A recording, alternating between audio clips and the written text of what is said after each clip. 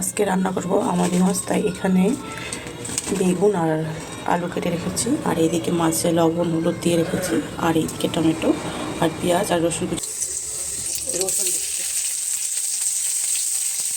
তারপর দিচ্ছি পেঁয়াজ।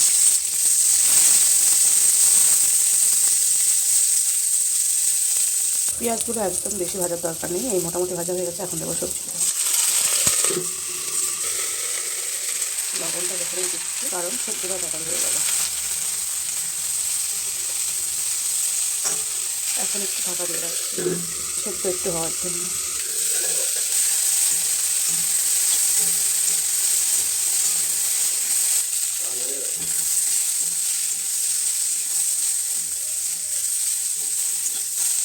এই দেখো লঙ্কা আর সর্ষে বাটা হয়ে গেছে। আপনি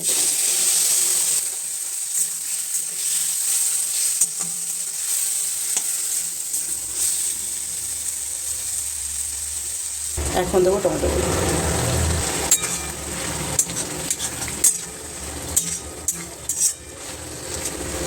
একবার একটু ঢাকা দিয়ে রাখি, সবজিগুলো একটু সেদ্ধ হবে, আলু আর বেগুনটা।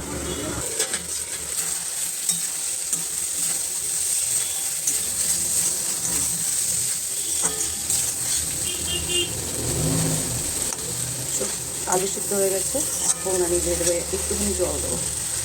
জলটা দেবো কারণ একটু কামাখা করবে তাই।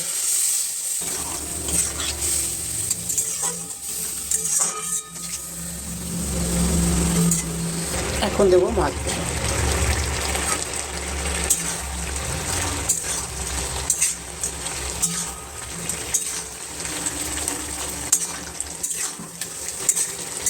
আলু বেগুন দিয়ে সবজি দিয়ে, আলু বেগুন তো একটা সবজি, সেটা দিয়ে আমার মাছ।